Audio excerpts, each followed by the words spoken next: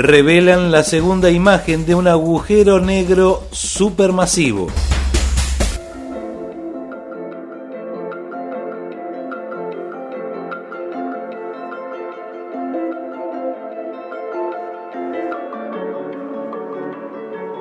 Donc en fait, c'est une espèce de boule. Alors on dit noir, c'est une image, mais non, rien ne s'échappe. Impossible de savoir qu'est-ce qui se passe à l'intérieur d'un trou noir, puisque par définition, il n'y a aucune information, aucun signal lumineux, aucune onde radio, aucun électromagnétique, rien qui peut en sortir. Donc ça va rester pour toujours un mystère absolu, sauf évidemment d'un point de vue théorique, parce que là, on est capable, avec un crayon, un papier, et avec des grosses simulations numériques aussi, d'essayer d'imaginer, de comprendre ce que c'est.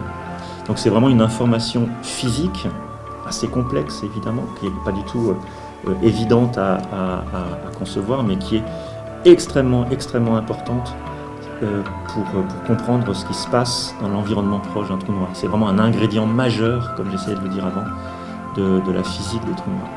Dans notre petit langage, on appelle ça un trou noir supermassif. Voilà, ça fait un peu comme un super-héros, mais ça vous montre bien qu'il est extrêmement gros pour un trou noir, d'accord ? C'est-à-dire qu'on est en train de parler de plusieurs millions ou de plusieurs milliards de fois la masse du Soleil. Le Soleil, c'est très gros. Donc c'est vraiment c'est des monstres. Alors pour faire ces observations, il est nécessaire d'impliquer une dizaine de radiotélescopes qui sont localisés à peu près partout sur la planète. Donc c'est vraiment un projet international du début à la fin. Donc il y a des radiotélescopes en Amérique du Sud, en Amérique du Nord, à Hawaï, au milieu du Pacifique, et puis en Europe, et puis au Groenland, et puis en Antarctique.